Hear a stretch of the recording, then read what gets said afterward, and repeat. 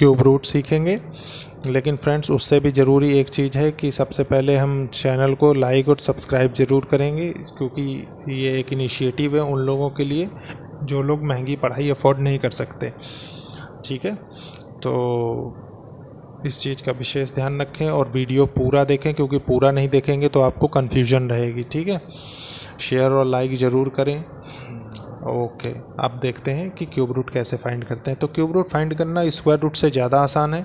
ज़्यादा आसान in the sense ये है कि इसमें जैसे उसमें होता था कि दो दो वैल्यू दी हुई थी, तो इसमें क्या है कि सारी एक ही एक वैल्यू दी हुई है, तो कोई कन्फ्यूजन ही नहीं होती। जैसे सिर्फ इतना छोटी सी एक टेबल है, इसको आपको याद करना है। जैसे 1 का क्यूब मान लीजिए दे रखा है 1, क्यूब रूट 1 का क्यूब रूट 1 दे रखा है। 8 का जो क्यूब रूट होता है 2 दे रखा है।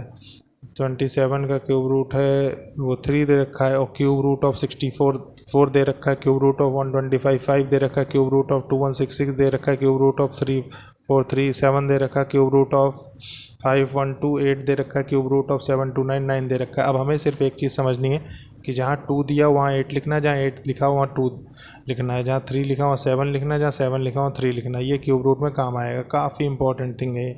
ठीक है, उसके बाद हम देखते हैं फ्रेंड्स कि जैसे ये वैल्यू दी हुई है क्यूब रूट ऑफ 1331, इसका मतलब क्या है कि हमने जैसे स्क्वायर रूट में पढ़ा था कि हम 2 के बाद एक लाइन मानेंगे मन में।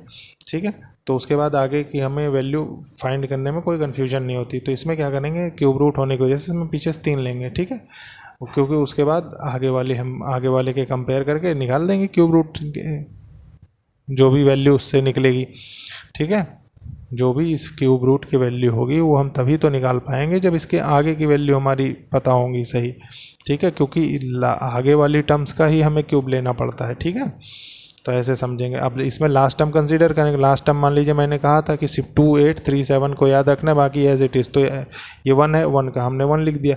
अच्छा, 1 से छोटा जो जस्ट क्यूब होता है 1 का क्यूब कुछ नहीं, 1 का क्यूब 1 ही होता है, तो 1 लिख दिया। फिर उसके बाद इसने क्यूब रूट ऑफ 729 जैसे 728 सॉरी, इस क्वेश्चन का हम क्यूब रूट निकालेंगे तो हम क्या देखेंगे, 8 है तो 8 का हमने पहले ही बताया यहाँ से कि 8 का 2 लिख दिया। अब पीछे से 3 डिजिट के बाद हमने वो किया था तो 1 आ गया।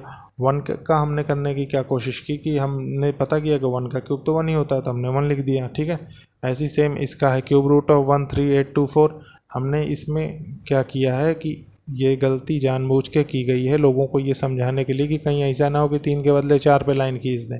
ठीक है, तो ये चीज़ें बच्चों को ध्यान रखनी है कि हमें कौन सी गलती अवॉइड करनी, कौन सी गलती करनी है, या अरे कौन सी गलती नहीं करनी है। ठीक है, नहीं तो पता लगा कि गलती कर दी है तो गलत हो गया।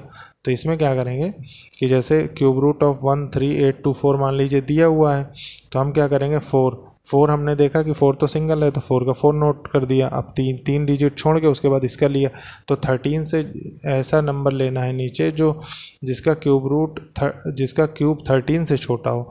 तो 2 है, 2 2 जा 4 4 2 जा 8 होता है। अगर 3 का ले लेंगे तो 27 हो जाएगा, तो नहीं 2 लेंगे हम। ठीक है, तो ये हो गया। अब सेम एज इट इज़ जैसे मान लीजिए ये एक प्रॉब्लम दिया हुआ, ये प्रॉब्लम इसीलिए दिया हुआ है कि बच्चे थोड़ा सा डरें या कंफ्यूज हों और तो समझेंगे अच्छे से। तो जैसे हम देखेंगे कि क्यूब रूट ऑफ 238328 दिया हुआ है। ठीक है, तो हमने क्या किया कि 8 का 2 लिख दिया लास्ट डिजिट का।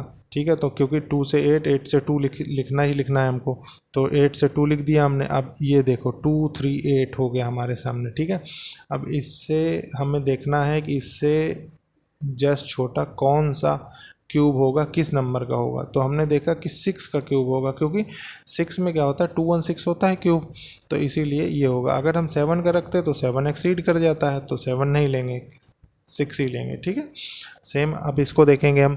इसमें क्या दिया हुआ है कि क्यूब रूट ऑफ 42875 दिया हुआ, मान लीजिए 5। अब हमने देखा कि ना तो ये 2 8 में है ना 3 7 में है, तो एज इट इज़ 5 का 5 उतार दिया हमने, पीछे से 3 टर्म छोड़ दिए, 42 ले लिया। अब हमने क्या किया कि 42 से जस्ट देखेंगे ऐसा नंबर जिसका क्यूब इससे 42 से छोटा हो, तो 3 का ही होगा। उसका कारण है कि 3 का क्यूब 27 होता है, 27 इससे छोटा नंबर होता है। और अगर 4 हम ले लेते तो 4 का जो होता है 64 हो जाता है, तो वो हम नहीं लेंगे इसीलिए। ठीक है, अब देखिए, अब मान लीजिए एक मैंने इसीलिए अनसॉल्व्ड प्रॉब्लम रखा है। अनसॉल्व्ड प्रॉब्लम रखने के पीछे कारण क्या है कि जिसलिए आप लोगों के समझ में आए, अच्छे से समझ में आए, ठीक है। तो जैसे मान लीजिए हम फर्स्ट स्टेप हमने क्या बताया कि मान लीजिए पीछे से 3 गिन के हमने ये कर दिया, ठीक है। ये करने के बाद हमने क्या किया कि 4 है तो हम देख रहे हैं कि 4 को तो हम डायरेक्टली 4 ले सकते हैं, ठीक है, हमने ले लिया, ठीक है।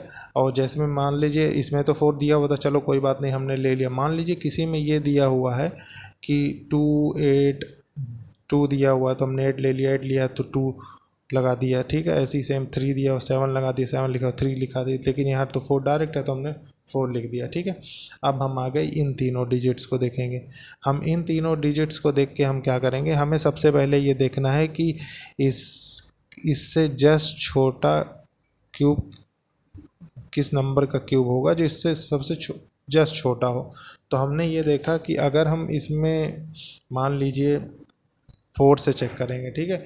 4 का हम जानते हैं 4 का क्यूब जो होता है 64 होता है, तो वो यहाँ हो नहीं सकता, ठीक है।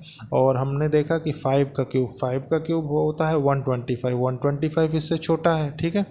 और अगर हम 6 का क्यूब तो 216 हो जाता है, तो वो इससे बड़ा है, तो उसको नहीं लेंगे, हम 5 का क्यूब लेंगे, ठीक है।